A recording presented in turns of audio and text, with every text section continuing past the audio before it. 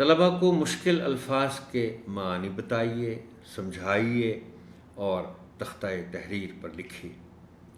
آپ کی آسانی کے لیے چند الفاظ اور ان کے معانی ذیل میں پیش کیے جا رہے ہیں، لیکن ان الفاظ کے معانی پر بات کرنے سے پہلے میں آپ سے یہ ضرور گزارش کرنا چاہوں گا کہ دیکھیے، یہ جو الفاظ کے معانی میں آپ کو بتایا کروں گا ہر باب میں، آپ یہ مت سمجھیے گا کہ میں یہ سوچتا ہوں کہ آپ کو ان کے معانی نہیں معلوم۔ بعض جگہ آپ یہ محسوس کریں گے کہ ایک لفظ آپ کو بہت بہت آسان لگتا ہے، اور ہو سکتا ہے کہ آپ ایک لمحے کے لیے یہ سوچیں کہ اتنے آسان لفظ کے معنی بھی ہمیں بتائے جا رہے ہیں۔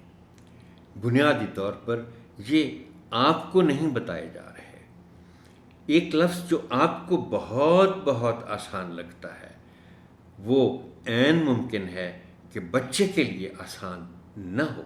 اس لیے بہت سے الفاظ آپ کو ایسے ملیں گے جو آپ کو تو بہت آسان لگتے ہوں گے، اور مگر بچے کے لیے وہ مشکل ہوگا۔ اس لیے آپ کے ساتھ اس لیے شیئر کیا جا رہا ہے کہ آپ پھر وہ معنی بچے کو ضرور بتائیں۔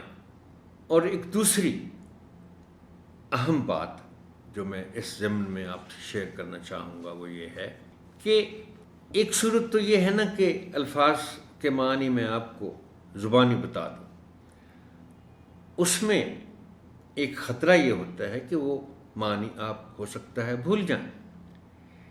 دوسری اہم بات یہ ہے کہ یہ پوری تمام آنے والی کتابوں کے ضمن میں بھی آپ یہ بات ذہن میں رکھیے گا، جن الفاظ کے جو معنی ان کیو آرز میں دیے جایا کریں گے، وہ معنی وہ ہیں جو لغت میں سے لیے ہوئے ہیں۔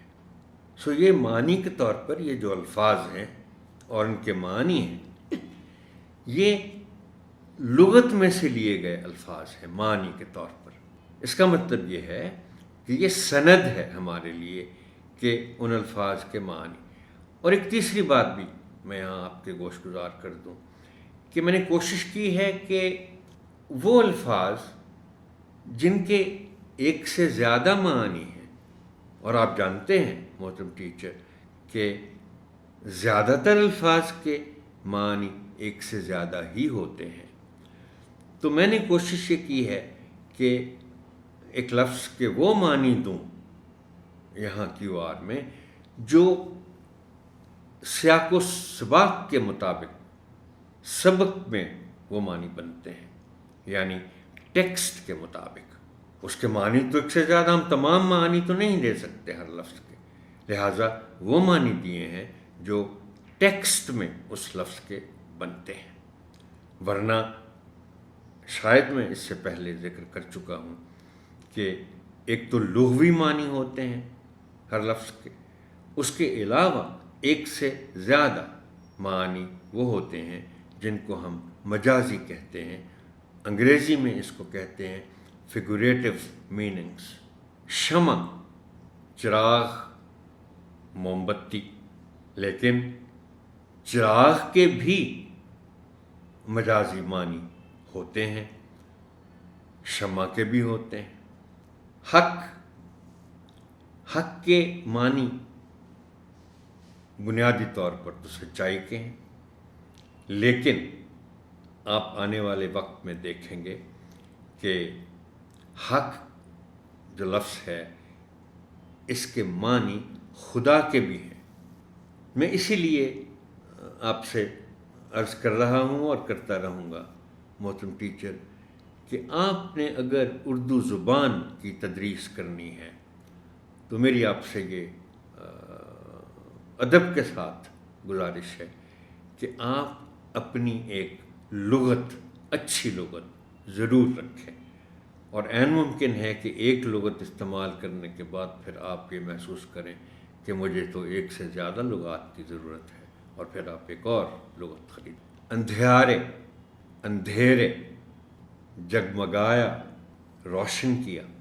بت گدھا، بت خانہ، الفت، محبت۔ اب یہ جب معانی آپ بتا رہے ہوں گے تو عین ممکن ہے بت خانہ، بت گدھا کے معنی آپ جب بت خانہ بتائیں تو بچے اس کو پرسیو نہ کر سکیں کہ یہ بت خانہ ہوتا کیا ہے۔ اب آج کے زمانے میں تو ہوگا کہیں نہ کہیں، مگر پچھلے زمانے میں بت خانے ہوتے تھے، باقاعدہ ایک جگہ ہوتی تھی جہاں بت بنا کے رکھے ہوتے تھے۔ تو آپ پھر بچوں کو بتائیں گے کہ جیسے عبادت گاہ ہے ہماری اور باقی مذاہب کی بھی، اسی طرح بت خانے ہوتے تھے جہاں مٹی کے بنائے ہوئے بت رکھے جاتے تھے اور ان کی عبادت ہوتی تھی، پوجا ہوتی تھی۔